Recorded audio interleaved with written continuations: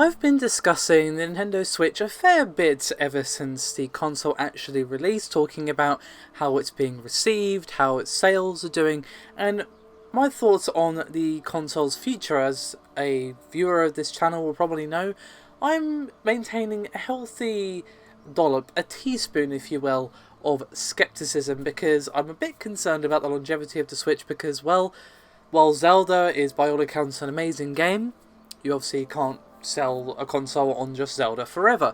You need good games to keep on coming out for the console to entice new people to buy it, and of course just retain people within that very same ecosystem. Now, we have some comments from Michael Pachter, who, to be fair, is wrong as often as he is right, but he did talk on his web show about his thoughts on the Switch and how well it's actually going to do. Now, he basically said that the Switch is going to serve a similar role to the 3DS, which is a fair point. The Switch is better viewed as a handheld than a console, in my personal opinion. I feel like Nintendo did a bit of a silly by marketing it as a console that can be a handheld rather than the other way around.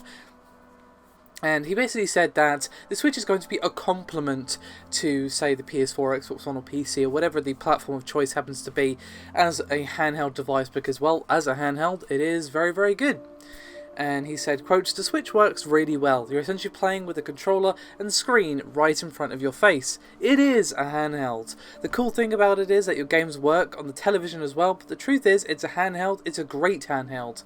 So I actually think the Switch is going to end up selling about as well as the 3DS. It's at a higher price point, but ultimately, if it comes down to $149, then ultimately, 3DS style 13 million units a year is possible." Now, of course, I'd like to break out a quote here for a second to remind you that the 3DS, although it has been slowing down in the last year or so, it is still doing really well for itself, and for a while it was actually beating both the sales of the Xbox One and PS4, and of course stellar releases in the last few years for that particular system have definitely helped. Of course, the 3DS did not have a brilliant start, but it has come along to be a really, really nice pickup for Nintendo fans. I myself have got a lot of use out of my 3DS over the years. However, Pachter continued saying, "If you're a PlayStation or an Xbox owner and you don't own the other one, there's a reason why. The reason is you like the first-party software better on the console you do own. The standout developer is Nintendo, and even though they are significantly more productive at putting out titles than Microsoft or Sony, pretty much all of their games are giant superstars. So Zelda, you can't just compare Gears of War to Zelda. It's just, Zelda is among the highest rated games of all time, if not the highest rated game of all time. So the truth is, I think the Switch will always be the second console of choice." And again, breaking out a quote, I kind of have to agree with him there as well. That is pretty much what I've seen from people who do have the Switch. I obviously don't own one myself, as personally Zelda isn't enough to convince me to spend that much money. But a lot of people have been saying that they're primarily making use of the handheld functionality because, while it's great to obviously get home and carry on your game that you're playing on the train, on your big TV, it's at its best, it shines when it's as a handheld, especially given that, of course, the performance is better when it's not docked as well. So this definitely lines up with anecdotal data, I suppose you could say. However, he continues, quote, "And based on where we are in the console cycle, with Sony having announced 54 million PS4 sold and Microsoft being around 27 million Xbox One units sold, they haven't announced it, but the number is around there since Sony is apparently outselling Xbox 2-1, you have 80 million people out there who bought these with not a lot of overlap. So Nintendo is 18 million households behind. For Nintendo to think they'll beat out this lead and become the first console of choice, not so much. They're very highly likely, these 80 million people who bought a PS4 and Xbox One, are people who by definition had $300 or more to spend on the console, and the odds are the next $300 they have, those go on the Switch."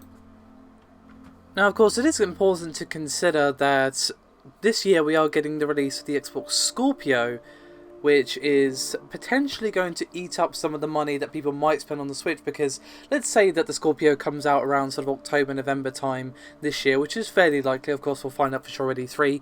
And obviously, you've only got a certain amount of money to spend on either yourself, via money that you were given, or Christmas presents, or so on, or whatever. and you might go, oh, I can buy the Xbox Scorpio, which is doing 4K gaming, allegedly 4K capturing if recent rumours are true, yada yada yada, it has all these amazing games, or I can get the Switch, and for some people that choice is going to be the Switch, and obviously for others the choice is going to be the Scorpio. Basically, there is a new competitor entering the market at a fairly critical time for all consoles, not just the Switch of course. Holidays is probably the most critical time of any industry really, but especially the gaming industry. And those very important holiday sales can basically help define the sort of final months of that particular quarter as well. But, of course, if recent rumours are true, the Scorpio is going to cost about $400 or so, maybe even $500, and it won't really surprise me to see it around that amount given the specs of the thing, or the alleged specs, should I say. But if that is true, then obviously the Switch will win out in terms of price tag, and obviously the Switch is more likely to be ending up under a Christmas tree for a young teenager or a child or something like that, because obviously it's Nintendo. So there is all that to consider as well, but I think, to be honest, it's a fairly accurate assumption to say that the Switch is going to be not a main console for a lot of people, because again, that isn't where that particular machine shines. It more shines again when it's handheld, and if that continues to be the case with the games and the performance and so on, then it will basically fill the same role as the 3DS, and we may even see the 3DS begin to be phased out, as a lot of people who could be spending the money on the 3DS will be like, well, why would I? I can just get the same games on the Switch, especially if the recent rumours about Pokemon and all of that are true. But I'm going a bit off topic here, so I will leave it there, but thank you very much for watching. As always, your support is highly appreciated. Do remember to like and subscribe if you haven't done so already. It does help out a great deal, and I'll see you next time.